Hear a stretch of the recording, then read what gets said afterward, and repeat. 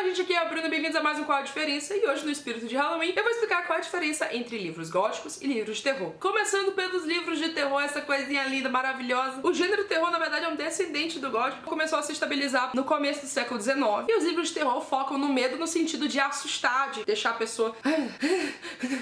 Livros de terror geralmente são tipo batimento cardíaco em máquina, são assim, pim, pim, pim, porque eles têm aquele clímax, aquele susto, e aí fica tudo normal, e aí um susto de novo, e aí fica normal, e aí um clima. E esses livros podem envolver tanto criaturas como Drácula, como Frankenstein, lobisomens, anjos, súcubos, o que for, como pode ser um terror psicológico envolvendo sociopatas, psicopatas e coisas do tipo. Um bom exemplo de autor que faz os dois é o Stephen King, que faz livros de terror psicológico, assim como de criaturas. Já o gótico começou na segunda metade do século XVIII. O primeiro livro gótico foi de Horace Walpole em 1764 e se chama The Castle of Otranto. Diferentemente do terror, que foca no medo mais puxado pro susto, do tipo o gótico foca naquele medo meio desesperador. Durante a minha pesquisa eu encontrei alguns artigos que falam que os autores góticos pensavam em passar um sentimento tipo de pessoas claustrofóbicas em locais pequenos. Os livros góticos se preocupam muito mais com o cenário, com o ambiente, criar todo mundo, do que os livros de terror. Geralmente o livro de terror tem aquele foco, aquilo ali vai dar susto, aquilo ali vai deixar as pessoas com medo. E já os livros góticos trabalham mais com o local em que vai dar o medo, aquela aura toda suspense, névoa, clima até, tempestades e noites escuras, lua cheia. Esses elementos são essenciais em livros góticos para passar a sensação de medo de verdade. Uma fórmula muito simplificada de explicar livros góticos são livros de terror com romance. Era muito comum que livros góticos tivessem numa história uma moça indefesa, pura, fraca e que precisava de um salvador. O herói que era, tipo, ninguém, qualquer pessoa X, e aí do nada ela vira, uau,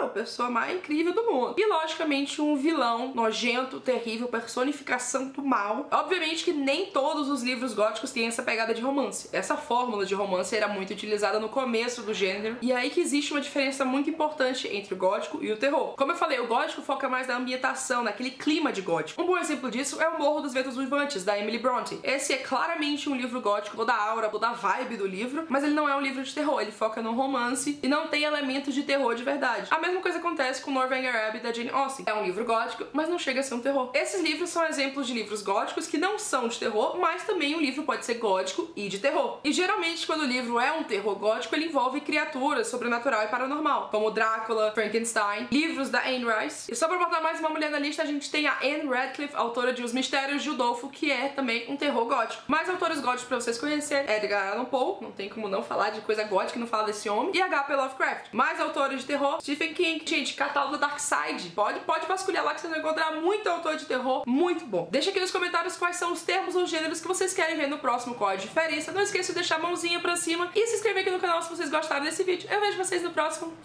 Tchau!